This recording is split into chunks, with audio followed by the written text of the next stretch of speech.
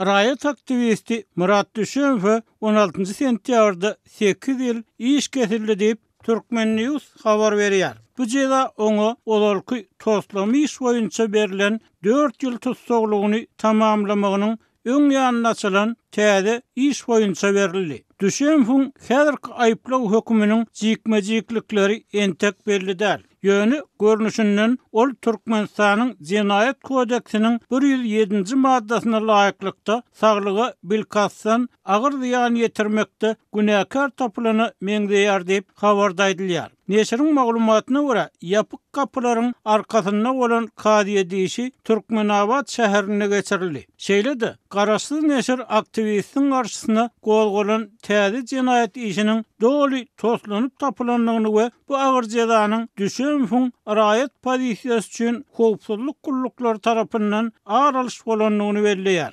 Türkmenabadda 16 sentýarda geçirilen kadiýe diýişine raýat aktivisti Murat Düşemow Seydi şäherindäki türme koloniýasyny tutsaglykda bolýan ýerindäki bir tutsagyň ýenjilmegine günäl tapyldy. Daşaguzda bejergalyan Tädegül Mämmedowa aktivistin ejesine geçiriljek diňlenişik barada bir az öňünden habar berildi. Emma Türkmenabad şäherine gelip ýetişen ene kadiýet zalyny göýberilmedi diýip habarda edilýär. Garaşsyz neşir 1-nji sentýarda Murat Düşemow inni tas 3 ay wagt bäri Derňew tutsakhanasyna bir kanun saklanylýanlygyny, galplaşdyrylan täze iş esasynda geçirilmeli kadiýet seljerçligining geçirilmeýänligini habar beripdi. Adatlygyň habarçylary şonu aktivistin işiniň il arasynda barha köp pikir alışma, siýasy çekişmeleri sebäp bolýanlygyny habar beripdiler. Murat Düşemow aktivistin işini ýakyndan ýerleýän neşriň ýazmagyna görä, raýat pozisiýasy üçin öňkü berilen 4 ýyl tutsaglyk jezasyny 12-nji ýylyny tamamlap adatlyga çykmaly. Ýöne muňa derek diňe onuň özüne däl, tutuş maşgalasyna edilýän basyşlar uýuşlandy. Düşemow täze açylan jenaýat işi boýunça 8 ýyl azatlykdan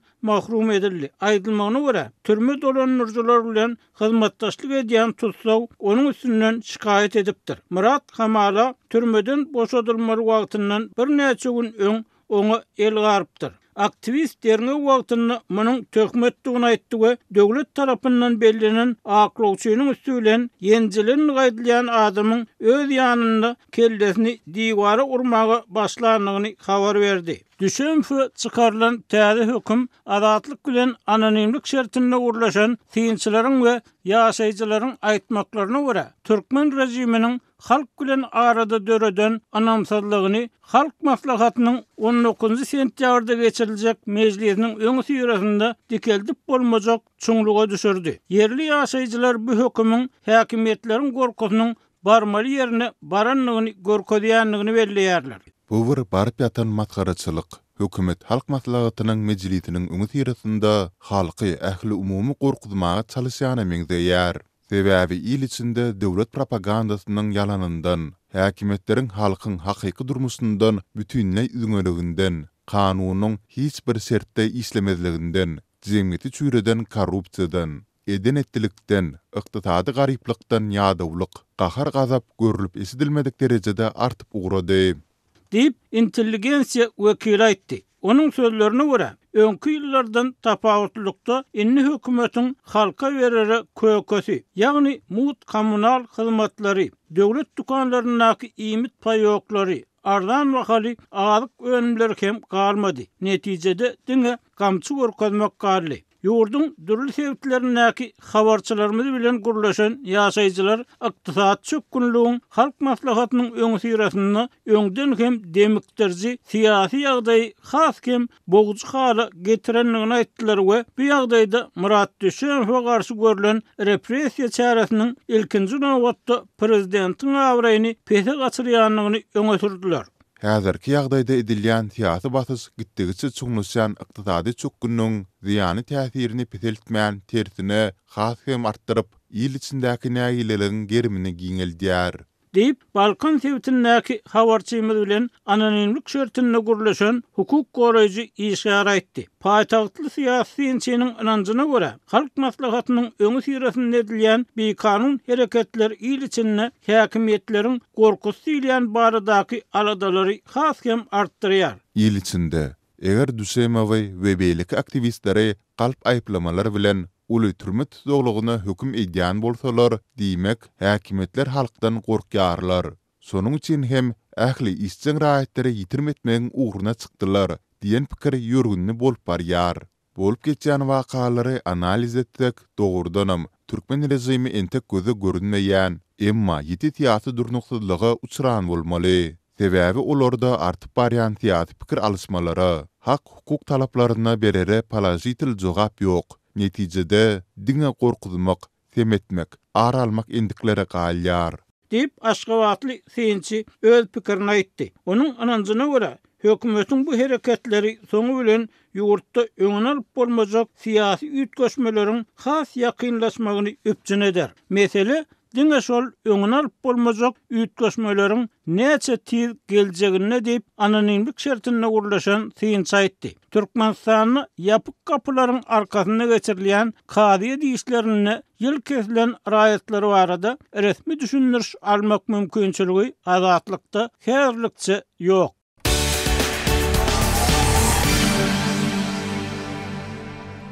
Türkmenistanda yol hereketiniň howpsuzlygy ömrümüziň rahatlygy atly bir aýlyk dowam edýän mahaly Ahal we Daşoz welaýatlarynyň Daşoz we Änew şäherlerinde polisiýanyň yol gözegçiligi gullugynyň işärleriniň sany göz görteli artdy. Olaryň köçelerdäki sürüjilere we piýadalara gözegçiligi güýçlendi. Raýatlaryň giýje hereketi çäklendirildi. Bu ýagdaýlar barada Azatlyk radiosynyň habarçylary 17 sentýabrda Ahaldan we Daşozdan maglumat berdiler.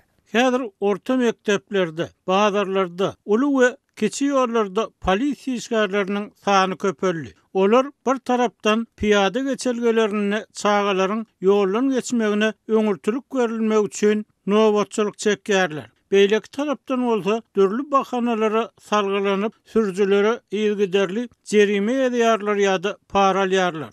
Dip Ahally Ulow eýesi anonimlik şertinde aýtdy. Şoňa meňdeş ýagdaýlar Daşoz şäherinde hem gaýtalanýar. Daşozly we Ahally Ulow eýeleriniň ençemesi bularyň arasynda ulowlaryň hapady, olaryň içinde goşmaça enjamlaryň bardygy ýaly bahanalaryň bardygyny belleýär. Uloglarda let sıralaryna hem gosmaça enjamlar diýärler we jerime ýazýarlar. Uloglar tähel hapa bolsa da ýene jerime diýärler. Seýlede polisiýa işgärleri islemeýän svetoforlaryň golaýragynda bukulup durýarlar we geçip barýan uloglary taklap sürüjilere düzgün bozandyklaryny aýdýarlar. Ýöne svetoforlaryň golaýynda köçe ýol hereketini kada laýyk dolandyrmak üçin polisiýa işgärini goýmaýarlar.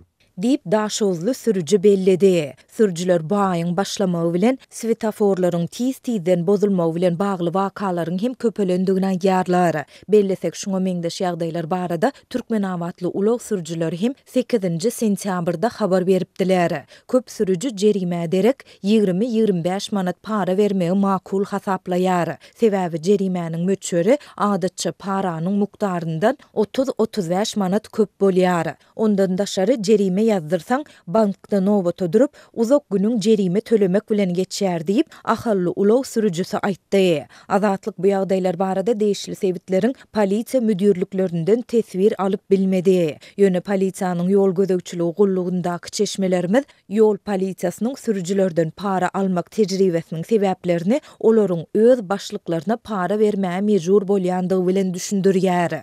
Ýol polisiýasy ilki jerime ýazmak goýunça günnelik resmi planny bolýar. Ondan soňra sürüjülerden para alyp başlaýar. Sebäbi ol işe girmek, işinde saklanyp galmak ýa-da tizlik ölçeýiji guraly almak üçin 2000 manat para berýär. Olar şonuň öwedini olmagy çalışýarlar.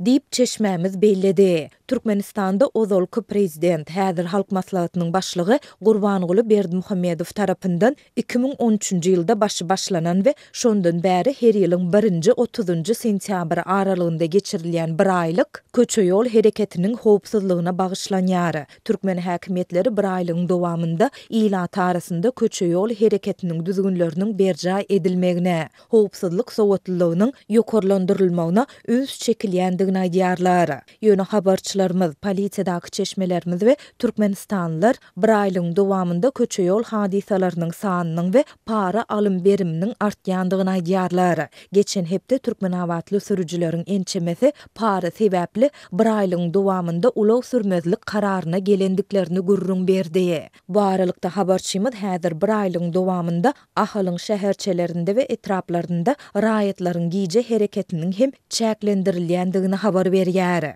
Gijelerine toy mekanlarynyň, kafe restoranlaryň, köp gatly jaýlaryň goloýynda hem gezmek bolanok. Bu ýerde nowatçylyk çekýän polisiýa işgärleri akşamara talkyn howada gezelen çedýän raýatlara giýje gezmek bolanok diýip adamlary kuwyan halatlary köpeldi. Diýip ahally ýaşaýjy şaýat bolýan ýagdaýlaryny anonimlik şertinde gürrüň berdi.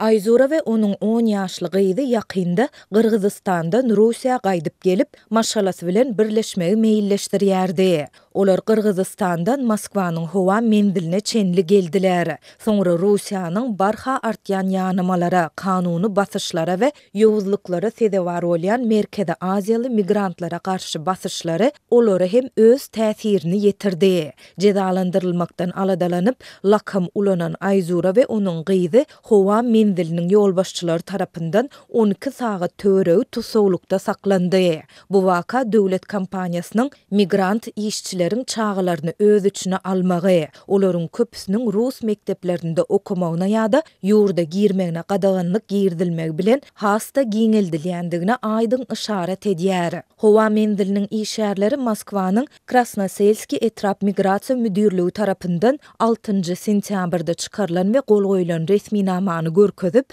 gyzyň kesitlenmedik immigrasiýa düzgünlerini bozandyğı baradaky resmi haty berdiler. Olar maňa biz siziň çağaňyzy ýurda goýbermeriz diýdiler diýip Ayzura Azatlyk radiosynyň Gyrgyz gullugyna beren maglumatynda gyzynyň 1-nji synpdan bäri Moskwadaky mektepde okuýandygyny aýtdy.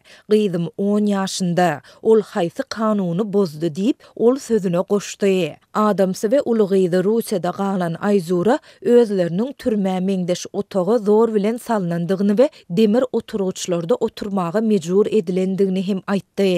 2 gatly krawatlar ören göz gyny ýagdaýda diýip ol belledi. Aeroportyň resmileri olara mektep okuwçysynyň Russiýa girmegine 5 ýyl möhlet bilen gadaganlyk girdilendigini habar berdiler. Olar maňa we gyzyma köp basyş etdiler diýip Ayzura sözüne goşdy. Men hemme zady oýlanyp ölçänimden soň Gyrgyzstana dolanmak kararyna geldim. Men olaryň indi islendik adamyň ýurda girmegine gadaganlyk girdýändigini we deportasiýa edýändigini eşitdim diýip 10 ýyl Moskwada ýaşan we işlän Ayzura aýtdy. Russiýa onlarça ýyl bäri azar bermeler we diskriminasiýa bilen ýüzüýiz bolan millionlarça Merkezi Aziýalynyň zähmet migrasiýasy üçin saýlap alýan esasy ugry bolup gelýärdi. Emma İslam Döwleti Horasan ekstremist topary 2024-nji ýylyň mart aýynda Moskwanyň goloýundaky konsert zalyna hüjüm edip 150 töwerew adamyň ölmegine sebäp bolandan soň migrantlara garşy hüjümler we diskriminasiýa güýçlendi. Bu hüjüme gatnaşandy aýdylýan bir näçe täjik raýaty tutsuk edildi. Bu gyrgynçylyk Merkezi Aziýa ýurtlaryndan 10 miňlerçe raýatyň Russiýadan deportasiýa edilmegine ýa-da Russiýa girmegine gadagançylyk girdilmegine şeýle-de başga-da köpüsiniň olar tarapyndan ksenofob atlandyrylýan hüjümlere sebäp bolmagyna getirdi. Geçen aý Täjikistanly migrantlaryň onlarçasy Russiýanyň häkimetleriniň olary bir hepdeden gowrak wagtlap Moskwanyň Zhukovski howa menzilinde saklandygyny habar berdi. Azatlyk radiosy bilen paýlaşylan tarqatylan video ýazgylarda türmelerdäki ýaly demir kravatlar bilen örtülen otowda onlarça adamyň gabalandygyny görse bolýar. Häkimetler munyň bilen hem çäklenmedik ýaly bolup görünýär. Indi Merkez Aziýaly migrantlaryň çağlary hem nişana alınýar. Ýakynda Täjikistanly bir mektep okuwçysy Moskwadaky mektebinden kowuldy. Muňa resmi sebäp hökmünde okuwçy gyzyň enatasy henizde Rus paýtagtynda ýaşaýan bolsa-da olaryň Täjikistana dolanandygy görkezildi. Okuwçy gyzyň enatasy henizde şol ýerde Rus paýtagtynda işleýär. Emma olaryň hödürlän resmi namalarynda olaryň ýaşaýan ýerleriniň üýtgendigi aýdylýar. Olar onu mektepden çykardylar we biz onu Täjikistana getirmäge mejbur boldyk diýip okuwçy gyzyň garyndaşy Aliya Azatlyk radiosynyň Täjik gullugyna beren maglumatynda aýtdy. Täjikistanyň bilim ministrliginiň resmisiniň Azatlyk radiosynyň Täjik gullugyna beren maglumatyna görä, ozal Rus mekteplerinde okan 3700-den gowrak mektep okuwçysy Täjikistana dolanmaga mejbur boldy. Häkimetler migrantlaryň çağalaryny Rus mekteplerine kabul etmek boýunça has berk düzgünler girizdi. Indi olar berk dil synagyndan geçmeli we Russiýadaky kanuny statusyny subut etmeli bolýarlar. 10 ýyl bäri Moskwada ýaşaýan Aýgül Azatlyk radiosynyň Gyrgyz gullugyna beren interwýusynda täze dil synagyndan geçip bilmedik gyzynyň häzirki wagtda mektebe gitmeýändigini aýtdy. Ol ýene 3 aý soňra bu synaga gaýtadan tapşyryp bilýär. Näme üçin beýle edýändiklerini bilemzok. Aslynda köp çağı synagdan geçip bilmedi. Köpler alada galýar diýip Aýgül belledi. Şu okuw ýylynda Rus mekteplerinde okumak üçin ýüz tutan migrant çağalaryň takminan 87 göterimi reddedildi diýilip, Rosabirnadzor ady bilen tanalýan Russiýanyň bilim we ilim boýunça federal gözegçilik gullugy 11-nji sentýabrda çap eden täze hasabatynda ma'lum etdi. Bu gulluk 3000-den hem az çağanyň ýa-da dala şäherleriň takminan 13 göteriminiň hökmany Rus dili synagyndan geçendigini aýtdy.